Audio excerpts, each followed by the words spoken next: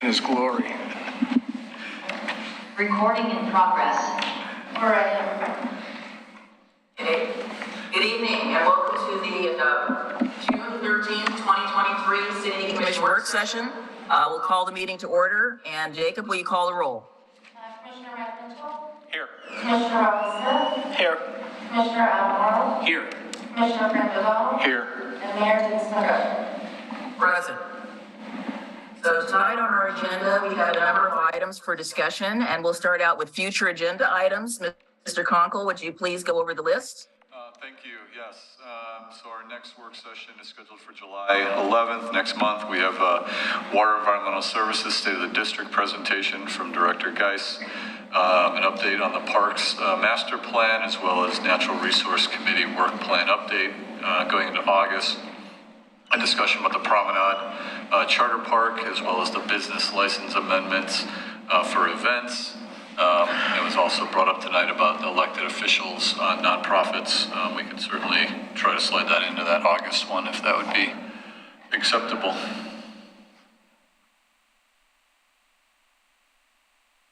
I guess I didn't understand the elected officials and nonprofit. Oh, I recall. Okay. About being a member in a vote, being a voting member. Yes. Okay. Yeah. Yeah, we can run that in there. That shouldn't take long. I would like to see fairly soon this commission policies and rules of procedure review, have that get on there. Okay.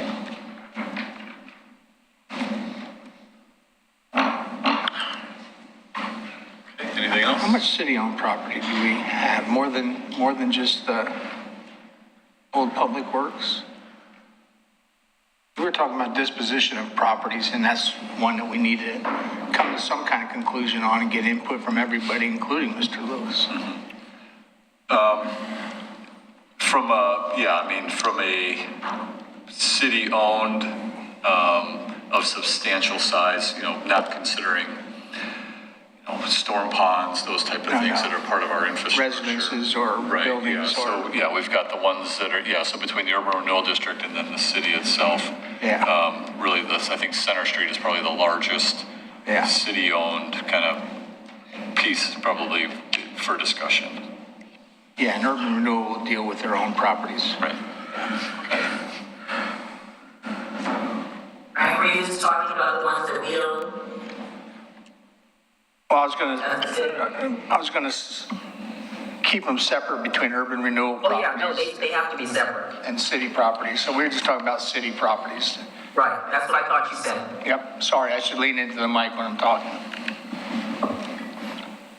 Okay, anything else on that? Let's move to the next agenda item, which is City Commission 2021-2023 Goals Update. Okay, so thank you. So in the work session packet, I provided you with the commission goals and summary update for each of the goals. What I was going to talk about were the 8 that are still outstanding, but we'd be happy to go back and review any of the ones that we consider completed through that process. So I'll go ahead and start with strategy goal 2.4, which is to prioritize the implementation of the IT strategic plan. It's interesting, and you'll hear this a couple times on some of these goals. While some of them had specific outcomes products associated with them, some of them are really kind of ongoing in nature as we continue to make progress towards completing that goal. And I think this is one where we've made significant progress on the intent of what the strategic plan was, the IT strategic plan. And so this is really kind of an ongoing goal. But right now, implementing the strategic plan as well as what we learned from the network disruption that we had. So it kind of morphed a little bit in that process. But some of the major steps that are currently happening right now for goal 2.4 is migration to the cloud for our services. Really trying to focus on utilizing Microsoft Teams in OneDrive instead of some of the temporary files in the existing file formatting that we have. So the IT department is really working on trying to get an understanding of our current network structure and how to migrate that into a cloud system for better security, better access, better control of the information that's available there. We're also, part of this is the website update. This also is part of the communications goal as well. Really trying to utilize our website, and we're updating the website to not only bring it up to date and refresh it, but also to try to incorporate more of a two-way communication with our community members on projects, collecting information that we see. So the website design is well underway.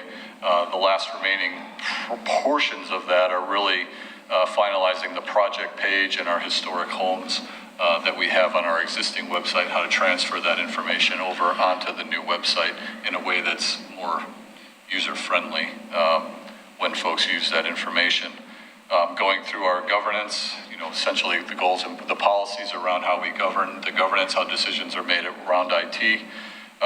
Also looking at better use of Office 365 for our email archiving. As you may be aware, there are specific timelines for how long we keep emails based on what they are, how they're categorized. So really it's IT working with the city recorder to make sure that we implement the state required retention requirements on our emails that we receive, and how they're categorized and how they're purged from the system once the dates for how long we have to keep them have been met. So that's some of the things that we're working on right now in really trying to complete that IT strategic plan. But like I said, a lot of these are going to be ongoing, and they kind of build on themselves as we make improvements or as we change. There's training associated with that. There's new policies and procedures that will be put in place for not only the IT department, but for all employees here in the city. Any questions on that one? Great. Anybody have any questions for Tony? No. Okay. Are there any other of these you want to particularly highlight, other than the 2.4, or the rest of them speak for themselves? No, I've got a couple more. I'd just like to hit the ones that we have not completed yet. Okay. So strategy 2.5 is complete the parks master plan and update the system development fees. So this is ongoing. Their staff with the consultant team are currently working on the capital improvement plan. Also receiving public comment on the draft master plan. The consultant is going to present to the Parks and Rec Advisory Commission on June 22nd. We have a public engagement event scheduled for July 10th at City Hall. The consultant is going to then present to the City Commission on July 11th. So that continues to move forward. We also recently entered into, or about to enter into, a contract with a consultant to help with, once we come up with the capital improvement plan, obviously there's going to be a cost, so that's going to be looking at what system development charges should be to implement the Parks and Rec master plan once it is adopted. So that work is continuing to move forward. Any questions on Goal 2.5? I have a question for you. So are we going to be looking at more sources of funding other than just the systems development charges? Or are we going to be able to discuss that? I think we'll be able to discuss that. I think we've had the discussion once before. We made quite a bit of progress. So really it's continuing that discussion once we realize and understand what the costs associated with the capital improvement plan are, along with what we know is the deferred maintenance component of that.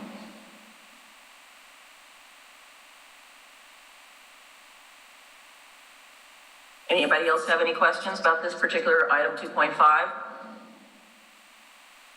Okay.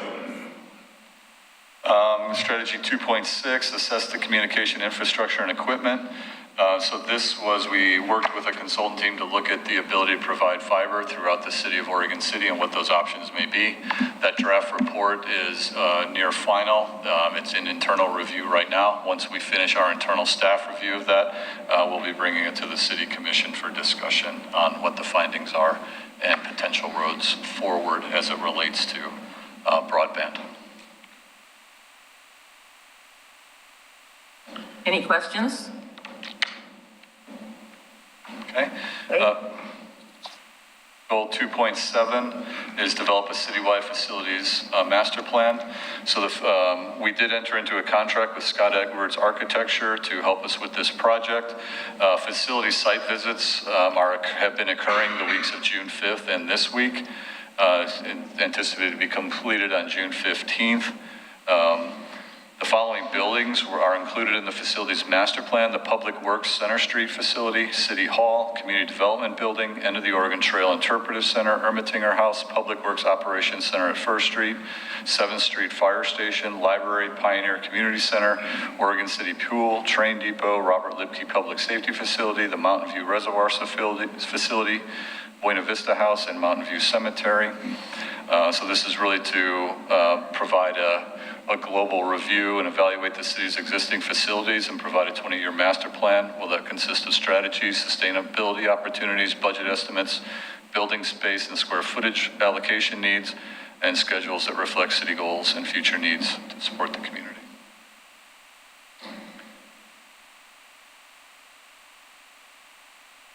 Any idea on a time frame when it'll come to the commission? We're shooting, we believe we'll probably be up here in October or November. Thank you. Okay. Goal 3.1 is to refine and improve the engagement strategy with the communications department. So a lot of this goal is tied to the website redesign. So really trying to get that website completed and then incorporating into that the public participation component associated with some of the other examples we've seen in neighboring jurisdictions for really a way to put information out, receive that input back in a way that then can be processed and incorporated into decision-making policies. Or really it's just an opportunity for a better engagement tool utilizing our website as a form of communication. Quick question. I know that in previous organizations and with the city, there was, is there anything that you want us to take a look at as a sort of a preview? As another set of eyes on it from a different perspective? Not at this point. I think once we get a couple of the remaining items, and I talked about this a little bit earlier under the IT component of making sure that, one of the examples is that we have the interactive mapping system on our current website. So, making sure that that gets incorporated into the new website. We've run into a couple issues with making that happen. So we want to make sure that it's at least as good, if not better, than what we currently have. So that's an example of something that we're working through as we work through this website redesign. So I think once we're a little bit further along, we'll be bringing it back at that point.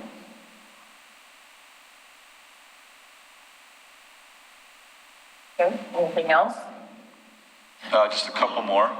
Prioritize and implement the city's economic development strategy. I think this is one where kind of keeps going, but originally it was looking at a citywide economic development strategy to be adopted. The commission put that on hold. We did just complete the budget process, and we tried to walk through what we've completed, where we're heading over the next 2 years. But really right now, the focus is on continuing to support our local businesses, the Biz Hub program, employee training and those wraparound services. We were actually able to bring in a large employer who's going to utilize that program. So through that, individuals are coming in, potential employees are coming in, getting the services that they need from job training, mental health, so that hopefully as these employers hire them on, the success rate with them are higher.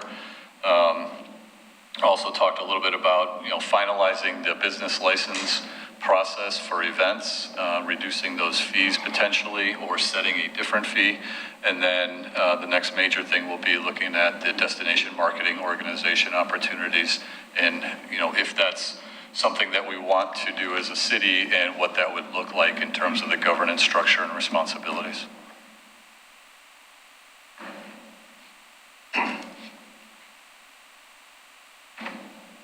So then I'll jump to 6.1 and 6.2.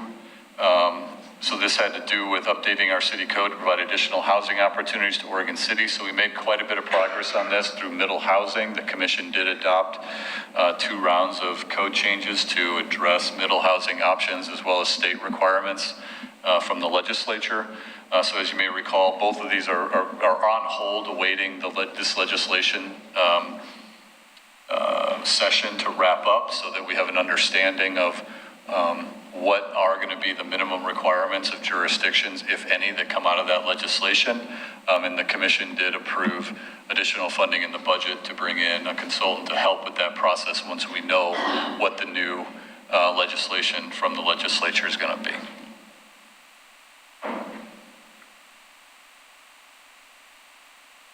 Last one is 7.3.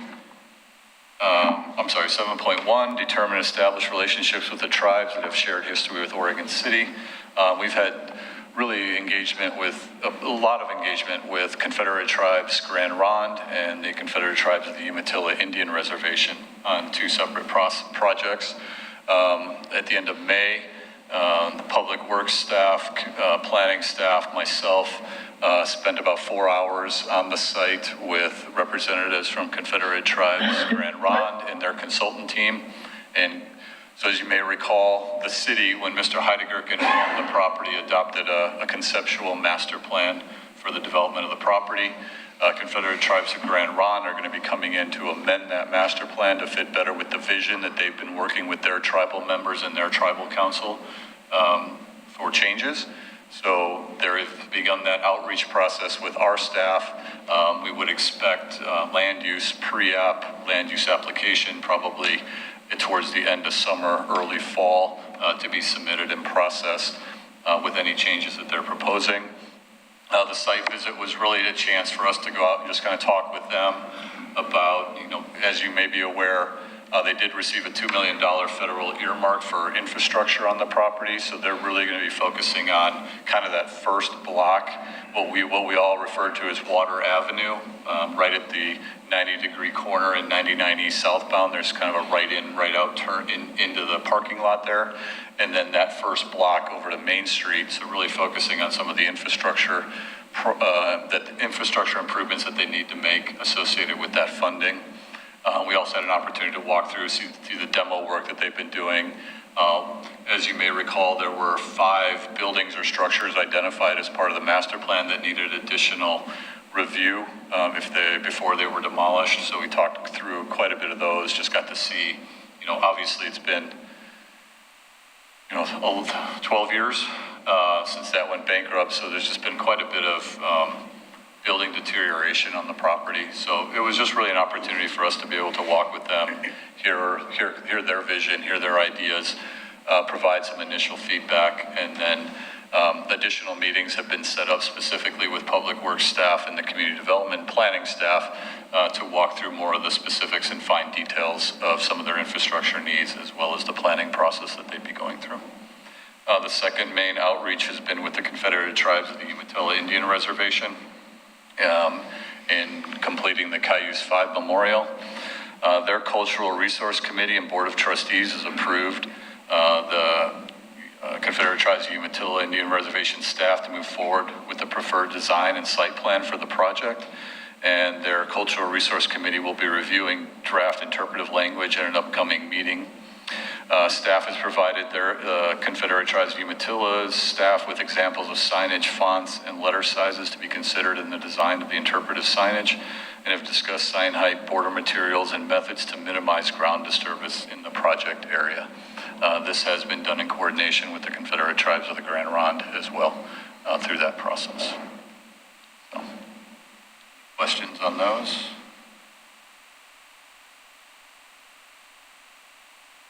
I do, but I'll discuss it with you. I'm not sure it's appropriate to discuss it at the work session. I'm just concerned about the rumor mill going around that they plan to demolish everything on the site.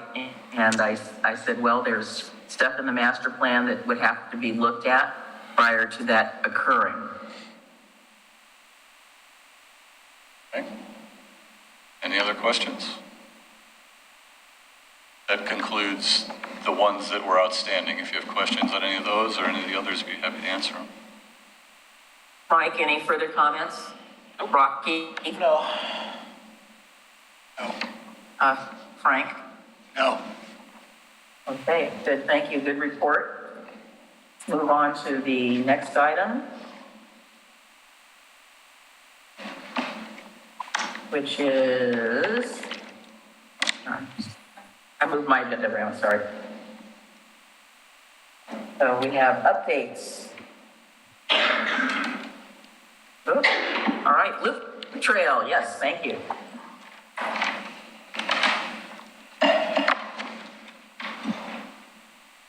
Thank you, Mayor and Commissioners. Do I sound okay? Everything good? You can hear me? You always sound great, man. Thank you for that compliment. I meant sound check, okay? All right, so yeah. So this is the Public Works and Parks presentation. This is a Public Works presentation about the Loop Trail. And so, yeah, we're, tonight, really, Kara's going to do the majority of the presentation, and she developed a wonderful PowerPoint for all of you. By the way, I had very little to do with it, so this was all her work. You're such an inspiration, however. Yeah. Kara's with Fair Pers, and they're a transportation planning engineering firm. While this is their first time working for Oregon City, they've been leading projects like this with communities across the Pacific Northwest. So they're now on our short list of consulting engineering firms. They've been doing a great job under Kara's leadership. Kara is an associate engineer with extensive experience working with communities like Oregon City to plan, connect transportation systems, and is serving as the consultant project manager for this project. And in the audience, we have Camilo Alvarez, who's serving as a project engineer. We've both seen them at our meetings regularly where we've been talking about this project. So these pathway projects are often show up in a transportation system plan, sometimes in a parks plan as well. I noticed some duplication in our trails projects. So it does sometimes feel kind of like a parks project as well. In this case, Public Works is taking the lead on this, and most of these are roadway alignment trails as well. They're aspirational plans, something that we like to get accomplished so that we can adopt them and seek out funding for them, because sometimes funding for these trail projects is a little bit of a challenge to come by. So with that, just recognize the report's not complete, although we've done a lot of work on this, and we're just kind of looking for some buy-in, or at least a head nod that you think we're on the right track. This is aligned with the Commission's goal to produce safe and connected walking and biking facilities in our neighborhoods. And so with that, Kara, why don't you take away the show? Yeah, thanks, John. It's great to be here to share with you all and where we're at so far in this process.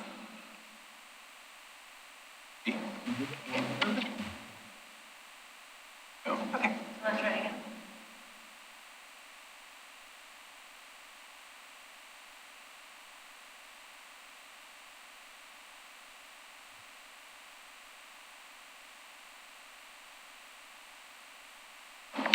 Sorry about that. Thank you. So just a quick overview of what we're going to cover today. I'll give just a little more on the project background and purpose. And then we're going to talk about 4 specific segments that we've been looking at as part of this plan. We'll talk about some opportunities and constraints we've identified for each of those segments, and then the outcomes, so kind of what we're recommending as part of this plan. So the real goal of this update to you all is to provide an overview of the project background and purpose, present the proposed alignments and cross-sections, share next steps and where we're going from here, and answer any questions you all may have about the process.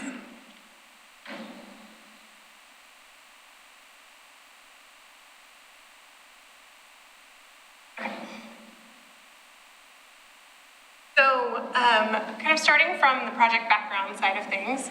So this is identified, the Oregon City Loop Trail is identified in the City Trails Master Plan as a loop that will kind of literally kind of skirt the edge of the city. The transportation system plan then includes projects to complete specific segments of the trail and ancillary paths. So this is kind of the first step in that project refinement process for 4 of the different segments identified. And the real goal here is to position the city to add projects to the CIP, apply for grant funding, or condition development to design and construct portions of the trail. So what we're really hoping to do with this is determine the appropriate alignment for the trail segments, so where we think they should go, develop cross-sections, so what they're ultimately going to look like when constructed, based on the available space and right-of-way, prepare cost estimates so that we can have an understanding of how much constructing each of these different costs, and then identify grants that the city could apply for to fund design and construction of the trails.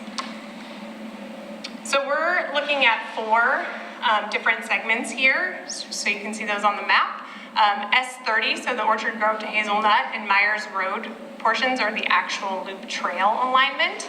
And then the Myers to Beaver Creek and Gaffney Lane Elementary, so the ones shown in the green and yellow there are the ancillary paths that are really intended to just connect people to the overall trail. So the first step in all of this was identifying opportunities and constraints for each of the 4 segments. So that was really looking at what had been identified in the city's previous planning efforts, looking at the surrounding land use and context. So what's out there on the ground today? Where are people maybe trying to go on these trails? Looking at land ownership and right-of-way, so who owns land where these trails may be crossing, and then how much right-of-way is available. Looking at existing infrastructure, so the roadways in the area, are there sidewalks or bike lanes today? Looking at the utilities side of things, so where do we need to be aware of utilities? The Myers Beaver Creek is proposed to follow the power lines through that area, so making sure we have an understanding of those different constraints, and then the environmental, so natural resource areas, wetlands, aspects like that. This project has included 2 specific touch points with the community. So the first was an online survey, which was live in September and October 2022. This was promoted with a postcard to people that lived right around these segments and on the city's social media. And then we also held an in-person workshop at Gaffney Lane Elementary. That touches 2 of the trails we're talking about. So we had 25 people join us at that. To talk about opportunities and constraints and to actually spend some time out there with them where these trails are proposed. So on the technical side, the first step was really developing where the trails should go. So to do that, we developed an evaluation framework to evaluate all of the potential alignment options. So as we're thinking about where we should actually build these trails, we're thinking about how can we avoid impacting privately owned properties, minimizing impacts to natural resource areas, looking to utilize the land where there's an existing easement or the city already owns it. And then another really important component here, getting back to that funding piece, is just making sure that the proposed alignment really advances the regional priorities for trails funding. So thinking about opportunities to provide a separated space outside of the roadways.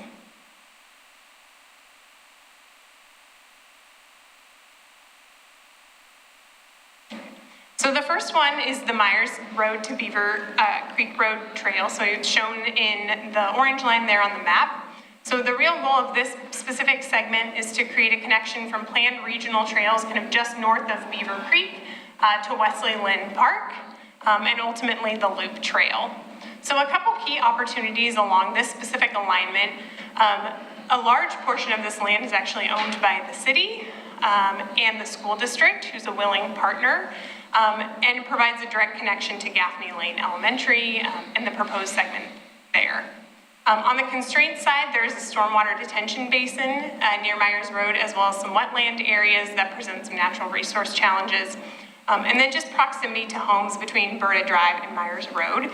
So Gaffney Lane Elementary is in there, but there are also a number of residential homes that have backyards that would be directly adjacent to the proposed path. So for this alignment, we've included 2 near-term options, just recommending that the segments at kind of either end of this path are going to be a bit more challenging to construct. So between Beaver Creek and Malala, that's the Fred Meyer parking lot through there, and we'll need to traverse a retail property line. So just understanding that that's going to take a lot of coordination with property owners, also a lot of funding, just to address some of the grade challenges in that parking lot and make sure we're providing adequate separation. We've identified a near-term option, which would actually utilize the existing sidewalks and bike lanes that are on Beaver Creek and Malala. Then we would have a kind of off-street segment between Malala down to Myers. And then we have some other kind of near-term options there. The first one being to utilize Frontier Parkway and again, the existing streets and sidewalks. And then the other actually constructing a new path through the natural resource and wetland area there. Again, just recognizing that that's a very challenging piece of land to build on and likely to be very expensive. Wanting to provide some options to kind of utilize existing infrastructure in the near term until that can fully be Which built parking out. lot are you talking about? So the parking lot is between Fred Meyer and there's some other retail uses just on the other side. You're talking about the one that's behind Fred Meyer and behind Weimar? Yes, yes. There's the street there? Yes. Okay. I mean, a curb cut and a light, and people cut through the back of it. That's what you're talking about. Yes, that's exactly the one. Yep. That's the one? Yes. Okay. I had brought this up before. Continue to have concerns about us putting a pathway of any sort, because I think that the overhead power lines, the EPA, present an environmental hazard. And so I don't know what you guys have looked at with regard to that. Yes, so the proposed alignment that we've come up with is maintaining the 50-foot clearance that's required. We did talk with the owners and operators of the power lines to understand what constraints there are around those. And their requests were just to maintain 50 feet of clearance, so we don't want anybody too close to those. And then we also need to make sure we make those accessible so that they can access them and do maintenance. So those were the two big. Are you talking about it being on the same side of the road with the power lines? Yes, they would be. So like on Claremont specifically, they would be on the same side as those. Yeah, see, that's my concern. I don't think we should be putting any living beings within that particular area. I think it's fraught with problems, and I know I may be the only one, but I have lots of reasons. So I'm just going to make that point to let you know that I have concerns about that, and we can move on. Okay. So this one would propose a 12-foot path, so looking to create a shared space for both people walking and biking, and that would be off-street under the kind of full build-out for this segment. So moving on to Gaffney Lane, our second segment. So this would provide a connection from that proposed segment we just talked about to the elementary school. So that is kind of a primary goal here. And then also create a connection up to Hillendale Park. So once we have some of these in place, easier for residents to access that park. So on the opportunity side, there's already a rudimentary path that exists and is well utilized, kind of right next to the elementary school there. And then the school district is also supportive of improving this connection. So we have engaged with stakeholders from the school district, both on this one and the prior segment I just talked about, and they're open to partnering in the form of an easement to make those connections. They see them as a good benefit for children trying to walk to school in this area. Just one constraint, there are some existing sidewalk gaps on Gaffney Lane. So to kind of fully build out that connection, those would need to be addressed in the future. So this one, we're proposing a 10-foot shared use path. So just really widening and paving the existing path that already is there today, and using that space between the school playground and the residential homes to really enhance that connection to the Myers Beaver Creek Trail, and the residential areas surrounding the school. So the next one is Myers Road. So those properties where you have to fill in the sidewalks, are they currently ours under, do we own? Do we own right away? Yeah, do we have right of ways there, or do we have to buy those? Did you look at the right of way? Buy those from the current owners? Well, there's a variety of things, but for the most part, these would be in public right-of-way or public property, including the school district property or city property. Now, the piece that goes through the private parking lots of the two shopping districts would be, we'd have to acquire an easement or right-of-way. Yeah, quite honestly, so far, the Gaffney Lane is attractive. The first one, I just can't warm up to it. It's just nothing about it that's, unless you're just saying, I want to make a connector, period, but it's not, I don't view it as a quality experience to walk through there, but maybe that's not the goal. Yeah, I think there's some truth to that in that, especially as you cross the city property between Berta and Beaver Creek, for that matter. It's really trying to create that wider pathway that would accommodate bikes. So to get folks from the edge of the city, like where Myers Road is, kind of across into the heart of the shopping district is what this intention of this particular trail is. So that folks are they may be walking from the neighborhoods to the school, or they may be walking from the neighborhoods to a shopping district. That's kind of what we're trying to accomplish here, and what we think of as, now, what's that experience feel like? Especially if we're trying to move, we talked about trying to meander paths through the property that is park property right now. We have some concerns about future use there. Obviously, we're trying to stay away from the power lines. The only other option would be to either pick another on-street solution, say Gaffney or something like that, or put it on the other side of the street, which, I suppose we could reconfigure lanes and push that around to put it on the other side of the street. But any of those alignments aren't like an experience. No, they're not. Right. So it's kind of, to me, this pathway is it is a transportation corridor, and to the degree we can, fix that with landscaping, but it's not going to be like a nature path walk. John, can you move your mic over so when you're facing somebody that it's over in the same place where you're talking? I will. I could hear you, but it was very faint. So for the Myers Road segments, this would connect from Clackamas County Community College up to Frontier Parkway and tie into that Myers Beaver Creek segment that we were just talking about. So one opportunity here, we also engaged with the community college, and they had done some analysis and know that a lot of their students live in some of the multifamily housing that's kind of just across the road there. So this provides a good opportunity to connect them to the college. We also heard from a lot of people that they currently drive over to Clackamas County Community College to use some of the recreational paths over there. So creating a connection for people who are looking for those recreational spaces. The constraint side of things, land use along Myers Road is built out. So there are a lot of single-family homes in the area and really no space to improve existing facilities within the current cross-section. So for this one, we're actually proposing to move the existing curb and remove the on-street bicycle lane so that we can create a bit more space for a wider path on the north side. So we would shift all of the people walking and biking to that path and maintain the existing sidewalks on the south side. One big advantage to this is this off-street connection really aligns with some of the regional priorities of providing separated space in these trails for people walking and biking.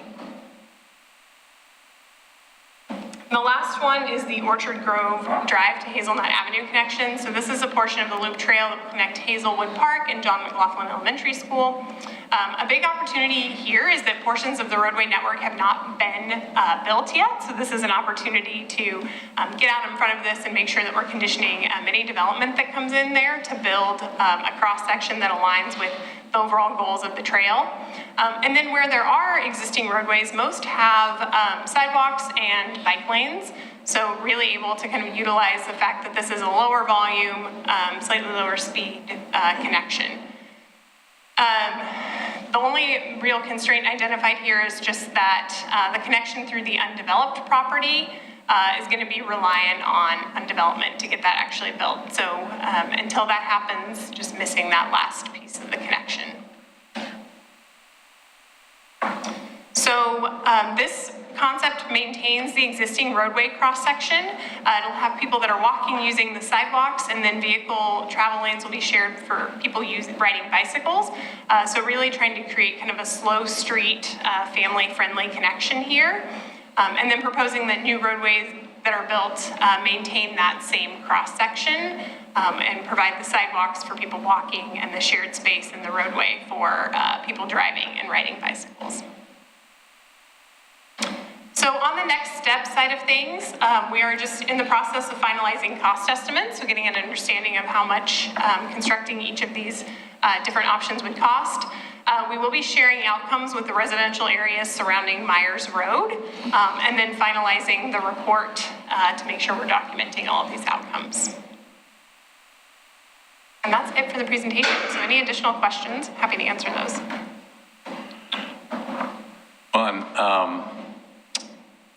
Mayor, the comment about the power lines is a challenging one. There's one segment, the one segment near Gaffney Elementary School is constrained between properties. So we'd have to pick a new alignment that would, like I said, probably follow Gaffney, I'm guessing, would be our best alternative, which has got its own set of right-of-way issues.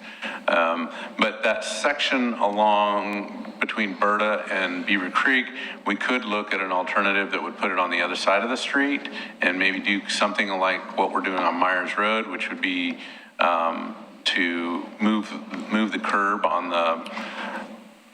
the residential property side, the trailer park there. And we could have that costed out if that's the kind of the direction we received tonight. Do we lose there? Thank you. Yeah, I guess I would like to see, an alternative. I don't mean to sound alarmist, but the more that I know about what's going on with those, the more I have concerns about it.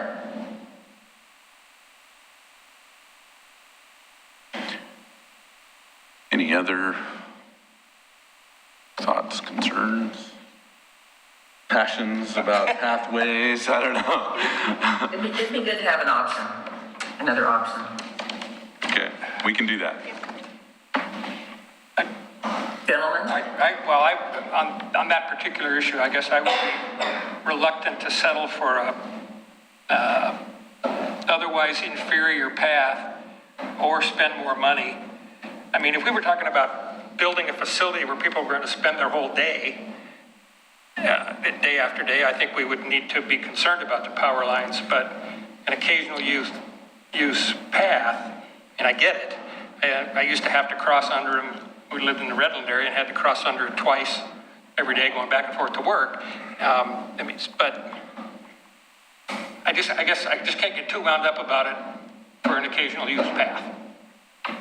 I don't think it'll be an occasional use path. I think people will use it, and there are studies that talk about the environmental impacts of being adjacent to those.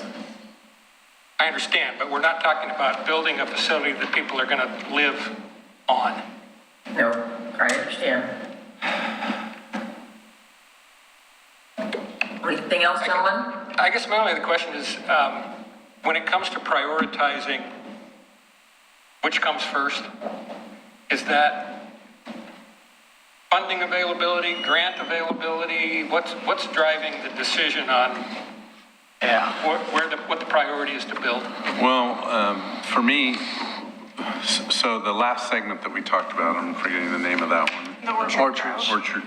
So, while there's a solution to that one, and I think it's the best based on the world that we have, if that had been, that wasn't that long ago that land was vacant. If we'd have had this study done then, it would have been more of a condition of approval, and it would have been more of a kind of a separated path, like what we're striving for in some of these other areas. So priority is always going to be around development or redevelopment, and making sure that as that comes in with an adopted plan like this, we can condition that development to include that. Now, they may get SDC credits for building it, but it's still a development requirement. So that's one priority.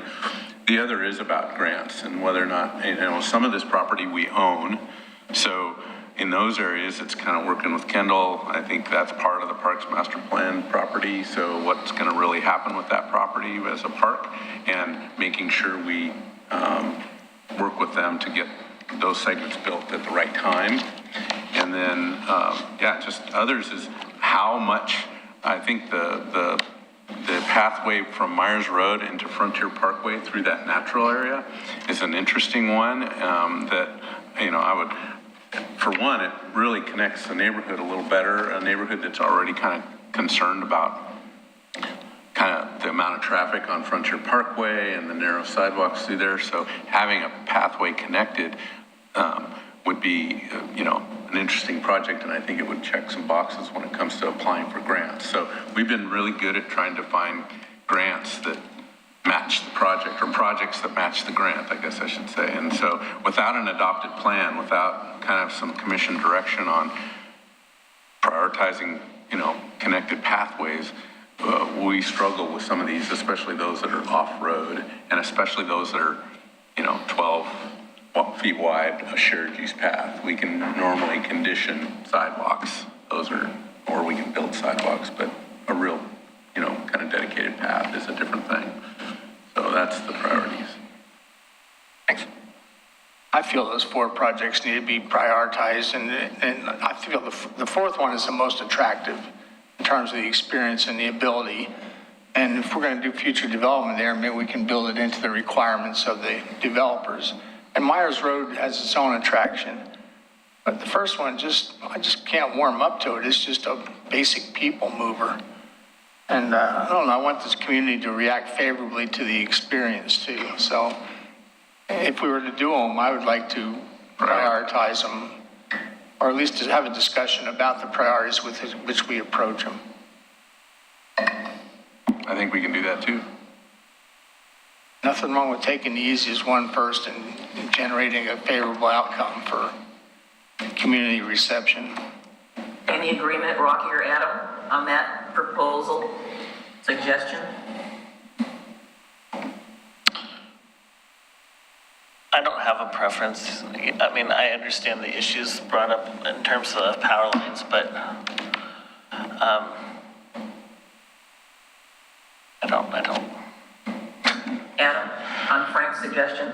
Yeah, I would agree. I also agree with Commissioner Mitchell as it relates to the power lines, especially when we were just recently looking at, was it possibly putting a park there as well? Oh, that's why we bought the property. So, I mean, that's not at the top of my concerns, but as it relates to a prioritization, looking at those, the Gaffney Lane one and the Myers Road ones are more attractive to me, that's where I grew up and that's where I went to elementary school, and so I'm familiar with those areas there, and the fact that Myers Road with all of those family homes there are particularly treacherous. So those would be my preferences there. You're particularly what? Treacherous.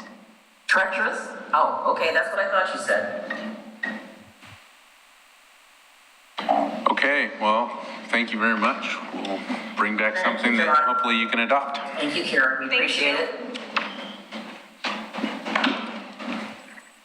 All right, let's move on to the financial recap of various parks donation funds, and that would be, is that Mr. Zook, who must be feeling better these days? Yes, it is. So we've put together, based on the budget committee discussion, a couple of things from that process were, as you may recall, pulling out and identifying individually the End of the Oregon Trail Interpretive Center as well as the Ermitinger House. But then there was also a discussion about the donation fund that the city has and how that has changed over time. So a lot of credit to Matt and his team did a tremendous amount of work going back over 20 years and in recreating how that fund has been tracked historically, how the expenses and revenues have been, and how some of those name changes have occurred over the years. We just wanted to follow up so that the commission was aware of that information. We also had an opportunity to meet with Commissioner Smith and walk through it, and may have additional comments since we met last week to talk about that.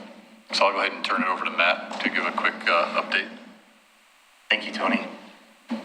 As was provided to you in your staff report, there are really 3 reports that we prepared in a financial summary of the Parks and Recreation dedicated funds. And I don't have the overhead here, but in your packet, there's a 22-year history of it started out as the Parks and Rec Trustee Fund, and then over time changed the name to Parks and Rec Trust Fund, and then eventually that got moved into the General Fund Parks and Rec Donations Department. And then the second report, I think, is familiar with to the commission, as it was potentially provided in a future or a subsequent meeting, past meeting. There's detailed balances of the Parks and Rec dedicated buckets, and these were tracked back to 2004. The finance department's had this file in this format for that many years. And there's different buckets, like Ermitinger is one of the categories, Meals on Wheels, etc. And the third report reflects a special fund that was created for a limited duration, which was called the Ermitinger Preservation Trust Fund. These reports that are in the packet are in a summarized form.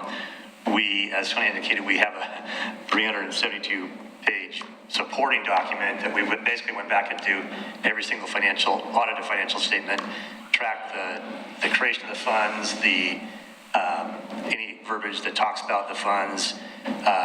Aaron on staff did the tying to those. So we wanted to make sure that we presented something that we felt had been thoroughly, vetted and historically, documented to the extent we could. So, obviously we didn't put a 362-page in your packet, but if there's interest in that, we can provide.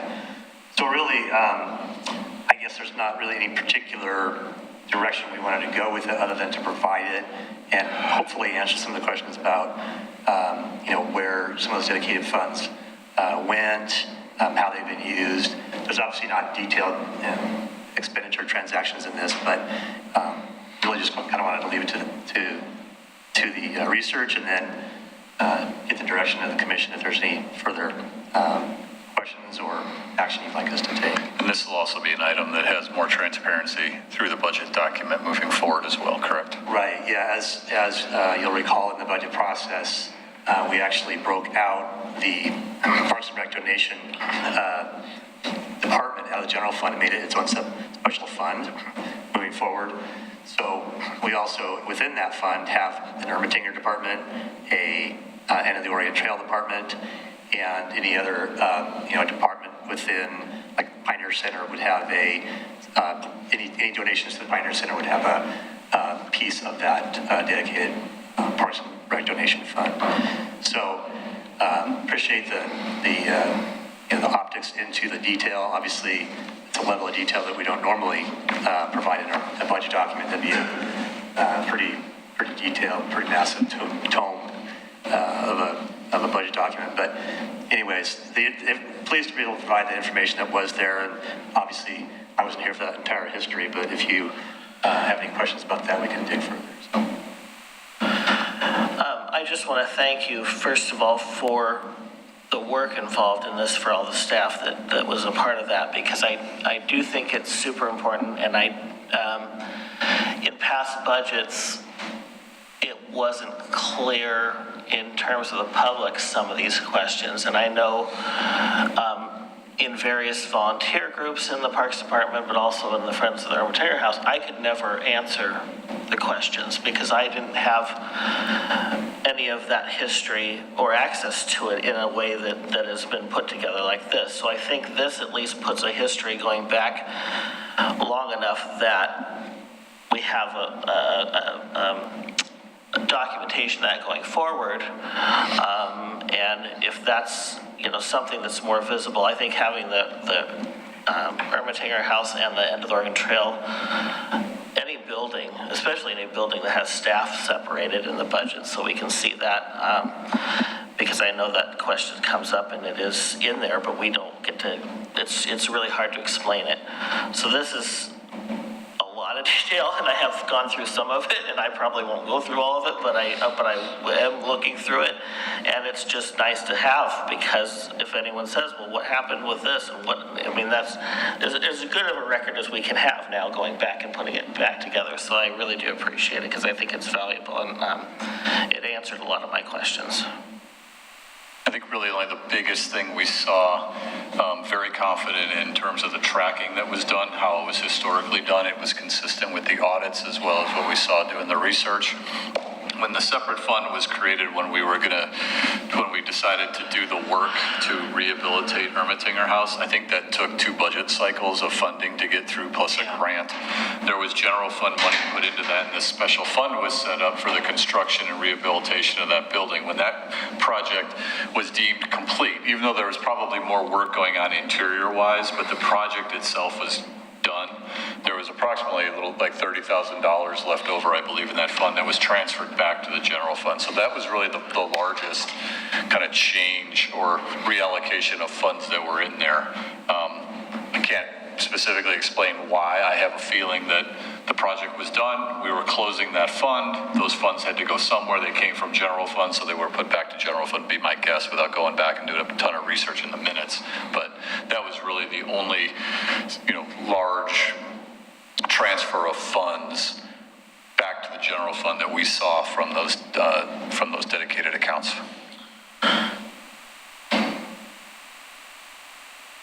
Okay. Any other questions? Yeah, I've got a couple. Go right ahead. So in the current budget, or in our current bookkeeping, we're tracking Ermitinger House separately. Yes. Are we doing the same thing with the End of the Oregon Trail? Yes. Both moving forward into the new budget year, July 1st, 2023, we'll have, we've already created those separate department numbers and put those into our chart of accounts. Okay, great. Yeah. And then just a question. So like on an item here, I'm looking at the donation one. RV dump general parks, ending fund balance is $114,000.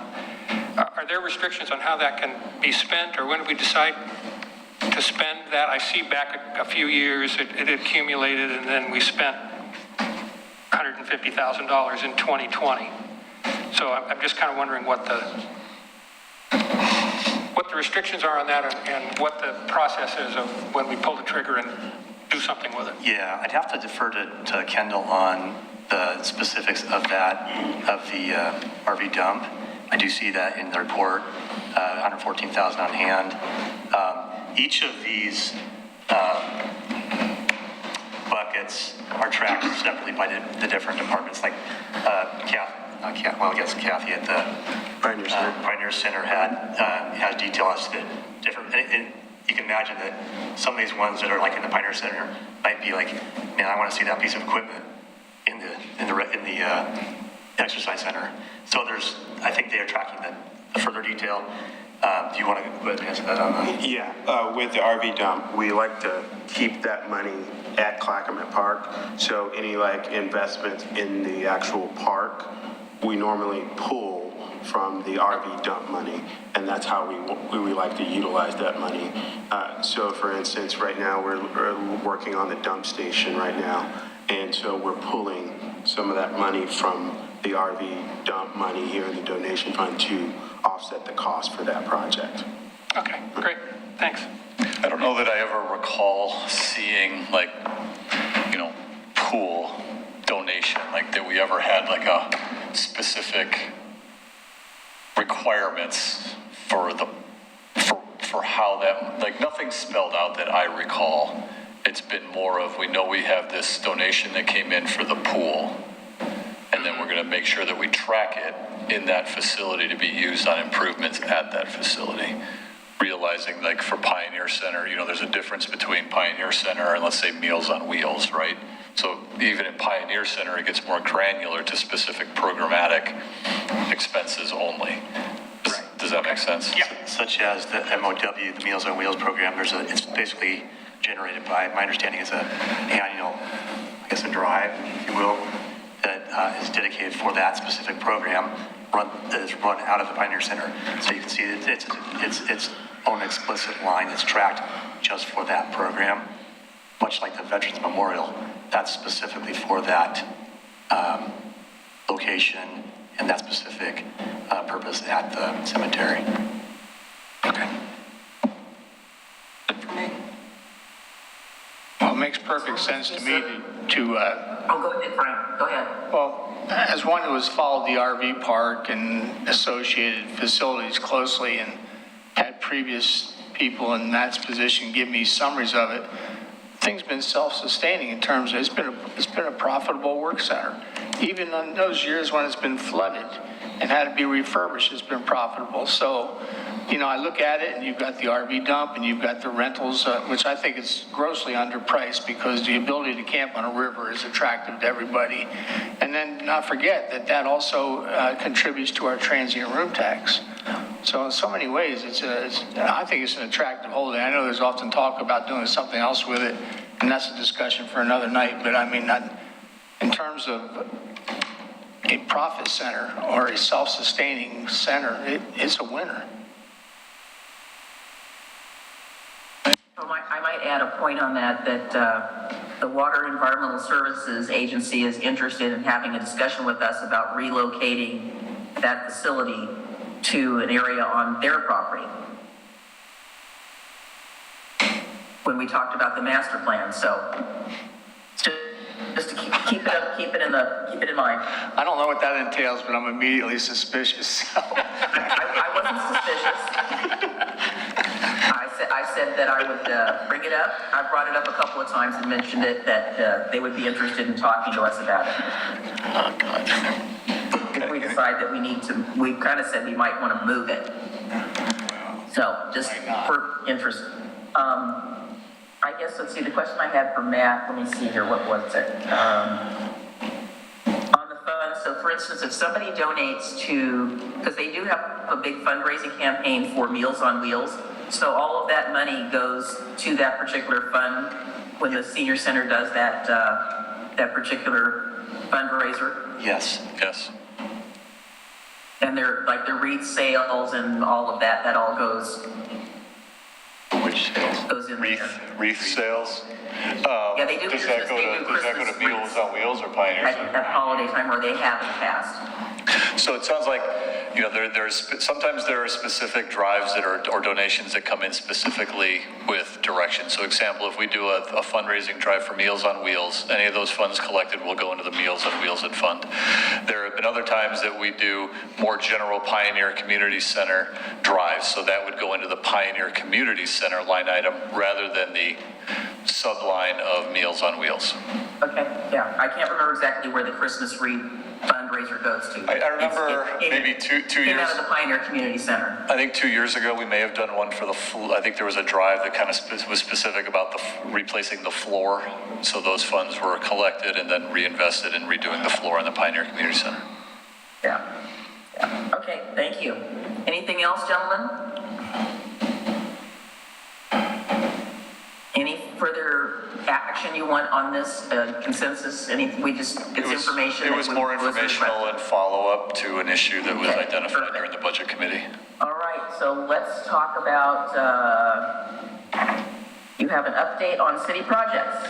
Correct. So the city commissioners requested that an update on the status of the following projects be provided at a work session on a monthly basis. For charter parks, you may recall that the city commission recently approved a portion of the Ermitinger House property as a charter park. The DeMint Park was one of the remaining parks, and it was not designated at this time. Staff is preparing to bring the McLaughlin Promenade to the Commission for discussion at the July or August work session. The McLaughlin Promenade survey has been completed, and they identified several potential existing encroachments into the property, which will be discussed during the work session. I already gave you the update on the Cayuse 5 Memorial as part of the goals update. If you have any questions, please let me know. There's been no Are we change. getting any closer to resolution? I am eternally optimistic that yes, we are. No, I've been right there with you. I do think we are. We are really getting into the details, like I said, of existing sign types that exist on the McLaughlin Promenade, looking at fonts, letter type that the Confederate Tribes of Umatilla Indian Reservation staff are incorporating into their interpretive sign design, which then goes to their Cultural Resource Committee. So we are getting down into details here that are very specific to the project itself. Has the footprint been resolved, number of square feet? We believe we're almost there, yes. It's been reduced. Really, one of the opportunities here was really to work with how do we minimize the ground disturbance in that area. So how do we come up with a design that really does limit that, any, significant digging or whatnot in that area of the promenade. And we believe we've accomplished that. I do not have any additional updates concerning the courthouse from my last update in May. Tamwada Village, I think I gave you the update during the goals in terms of our coordination with Confederate Tribes of the Grand Ronde, both through a site visit and individual meetings with our engineering and planning departments. And then the Kenema rights-of-way issues, I do not have any updates since our May last update on that one as well. Be happy to answer any questions. So the right-of-way attorney that we recently contracted with, will they be dealing with both the promenade and the rights-of-way issues in Kenema? No, I believe that was more to assist us with our right-of-way management program. So when we're looking at the multiple private utilities and public utility providers that are in our rights-of-way, she's really been assisting us with that process, completing, essentially an audit, as well as looking at the existing code that we have. So that was really the focus out of the right-of-way program from the Public Works Department. Any other questions? Okay, let's move to commission committee reports. Mr. O'Donnell? Well, I think for South Fork, you probably got more to report on it than I do currently. So with your attendance at where you currently are, I don't have anything new to report. AWWA conference, yes. Okay, Commissioner Smith? Well, Clackamas Heritage Partners hasn't met. We were trying to schedule a meeting for the end of May, and that got pushed to sometime in June, and then one of the board members had passed away this past week, and so I haven't seen a date. So I don't know that we're meeting, probably be meeting in the next month or so.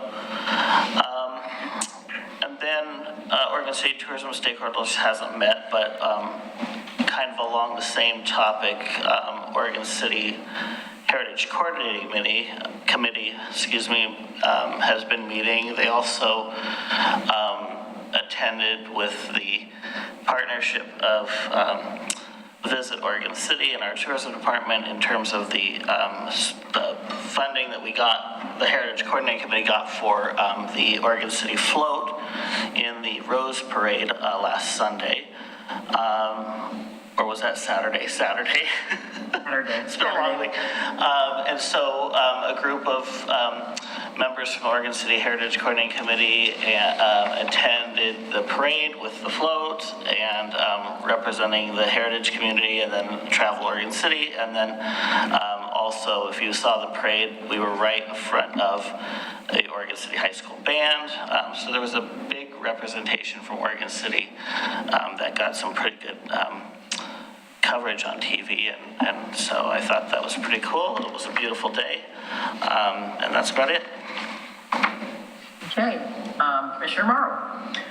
Yeah, so at our latest CIC meeting, this is something that we as a commission talked about recently with Mr. LaSalle regarding the budget. So that was something that was talked about. We got an update from John Lewis on public works things that are going on throughout neighborhoods over the summer as they do their annual capital improvement projects and slurry seals and all those. And then the Assistant City Attorney, Carrie Richter, was also there to give a presentation, just given recent concerns we've had about political speech on city-funded postcards and things like that. And so I don't know what it looks like from us moving forward, if we want to adopt guidelines or if that's a step too far, but it was nice to have her there to just give some boundaries where she was able, because I mean, speech is obviously a very hard thing to define until you actually see it and send it out. And so hopefully we'll be more rigorous moving forward with the way we vet those. And so that was CIC. I already updated you all at our last meeting about C4 with our retreat.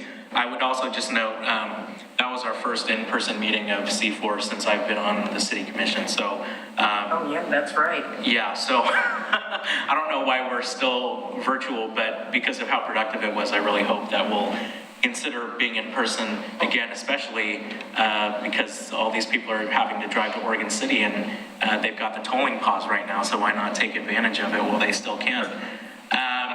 And then the tolling diversion subcommittee, we have not been meeting because of bigger conversations surrounding tolls.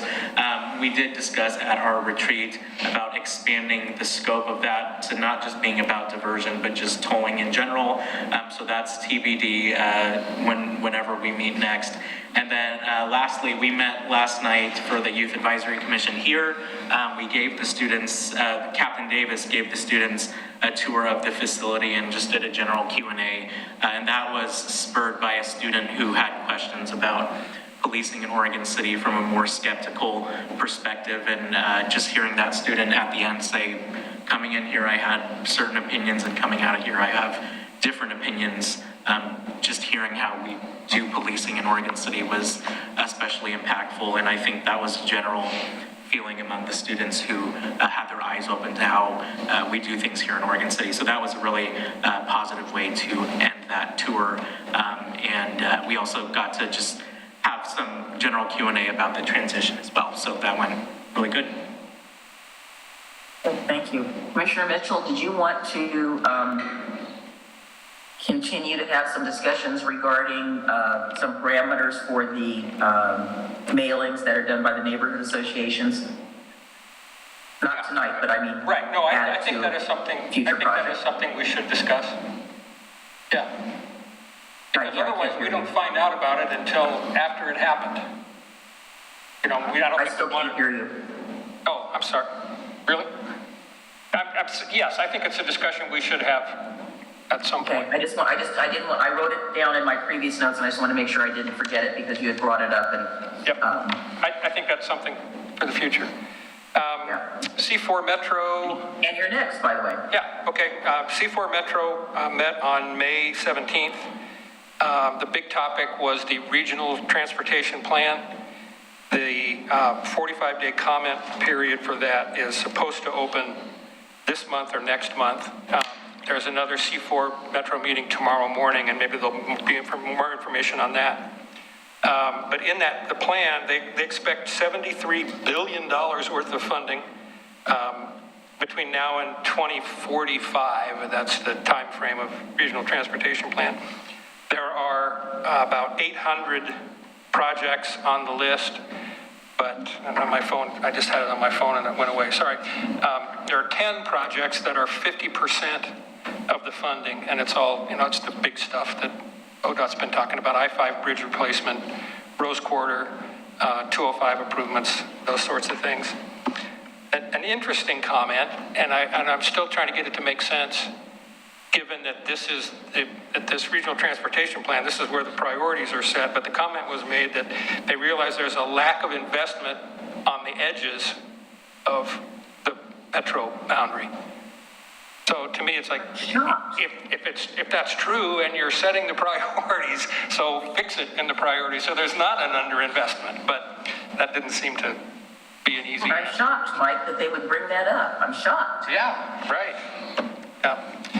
Anyway, and also I thought was kind of interesting, actually, the largest chunk of the dollars, 38%, is set aside for transit operations as opposed to capital projects. So, that's it. And where's this money coming from, allegedly? A lot of federal money. Oh, federal money, okay. Yeah. And gas tax money, and I mean, there's a lot of This is different. funds they would like to have. Well, that $73 billion is what they expect to have. But that, again, goes out to 2045. So probably more information after tomorrow's meeting. So you're saying they expect to have it, but that's what they're asking the feds for? That was what they just, that's constrained funding. That's their terminology for what they expect. All right. That's it. Okay, well, that's a lot of money. You would think so. I know that the Metro councilors were back in DC this last week dealing with JPAC priorities. So they were talking to our delegation. All right. Okay, so Clackamas Water Environmental Services Policy Committee. So the budget went before the Board of County Commissioners about a week and a half ago, and there was no questions or comments whatsoever. It was approved with one abstention. Downtown City Association is in the process of hiring an interim director. The Metro Policy Advisory Committee meets next week, so I haven't seen the agenda just yet. South Fork Water Board, so this is a little bit redundant for Commissioner Smith and Commissioner O'Donnell. So the pump number 5 at the intake station was rebuilt. We have double redundancy at the intake with 5 pumps. And we had an issue with a design bearing, but the South Fork was able to replace it with no additional cost. The budget was adopted with an amendment to add a cybersecurity audit to make sure that everything is working well, and they will be consulting with Michael about that. And Mayor, 2 Westland people and myself are here at the conference, and I just finished my 3-day class involving, Wyatt put down here that it's certified elected officials course, but it's basically all about water and infrastructure, and involved discussions about water and sewer infrastructure operations and maintenance, basically operating environments for water and sewer. And then today we talked all about sustainable water utility, finances, supplies, and assets, and also people. One of the big problems that infrastructure utilities are having is finding qualified people. And there aren't enough people out there to go around to do everything that they need to do. So there were some suggestions about that. And they also talked about everybody poaching from everybody else, but had a lot to do with pay, particularly on the public side, and the private side outbidding us all the time on the public side. So I will, there's a book that we will be getting, which basically deals with elected officials, water policy discussions, and then also some slides and some handouts that they gave. The Willamette Falls and Landings Heritage Areas meeting next Monday. They have been shopping around the revised agreement for the National Heritage Area, meeting with the tribes, meeting with the congressional delegation. I'll get an update on that. And then there's still a work session to coming up to talk about involvement by non-grand drawn folks is basically the way I'll say it. That has not happened yet. We're going to have that facilitated by a consultant. And then the Willamette Falls Legacy Project, I've been asked to meet with staff sometime in the next couple of weeks, and I will do that. Then the Metropolitan Mayors Consortium is meeting next week also, and the key concern that they're talking about is HB 3414. Apparently, this is now yet another high priority for the governor, and she's going to get it passed come hell or high water. And I said, bring on the hell and the high water to my colleagues. So that's still under discussion. The League of Oregon Cities has been a little more passive than I would like them to be about this. And they're trying to make the bill not as bad as it could possibly be, but it's still rather onerous. So more to come on that. And I got a nice report from Emma about the meeting that Adam already gave the report on. So that was great. And I'm glad we did that. And then I believe everybody's received the invitation to the June 27th State of the Public Safety event that's going to be held at the Public Safety Building with Chief Band and incoming Chief Davis. So I look forward to having you all there. And then obviously Saturday is our Juneteenth event at the library.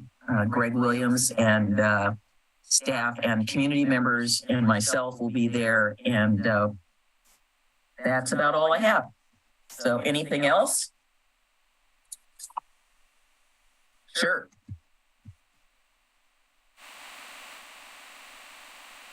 Of course. I heard something about you might be traveling. No, I'm leaving Thursday morning. I have, if you could see my pile of stuff over here where I'm pointing my hand, I think I have a couple more applications to finish reviewing, and then I'll be done. So, but is there any further business? I want to give the Public Works crew an attaboy. I do, because, people, we all take for granted that the water flows and the roads are kept in good repair. I got to tell you, I watched this crew come out, and the roads in my area are about 30 years old now, and they evidence beginnings of failure and cracks. And I watched that crew come in and be very thoughtful. They blew out the debris in the crack. They cleaned it up very well with the street sweeper, and they sealed it very well in preparation for the slurry seal. And the whole time, they were considerate of everybody. They watched what they did. They didn't, blow any debris in anybody's. It was really a nice piece of work. And they were knowledgeable. They knew what the schedule was for the slurry seal. And that's a good crew, John, that knows that. So an attaboy to them. Thank you for that, Commissioner O'Donnell. It's definitely, our crew is top notch. And I guess we've got the contest going on right now to name the street sweeper. And I've heard some interesting suggestions already. So we'll see. Who's going to get to pick that, John?